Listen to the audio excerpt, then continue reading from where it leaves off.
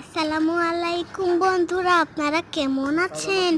আজকে আপনারা আলহামদুলিল্লাহ আমরা সবাই ভালো আছি। আমরা হাঁসের গোশত এবং সিটা রুটি রান্না করেছি। কার কার খাবার ভালো লাগে অবশ্যই বলবেন। টাটা বন্ধুরা। হাঁসের গোশত, সিটা রুটি বা ছাঁচ পিঠা বানিয়েছি। কেমন হয়েছে সবাই বলবেন।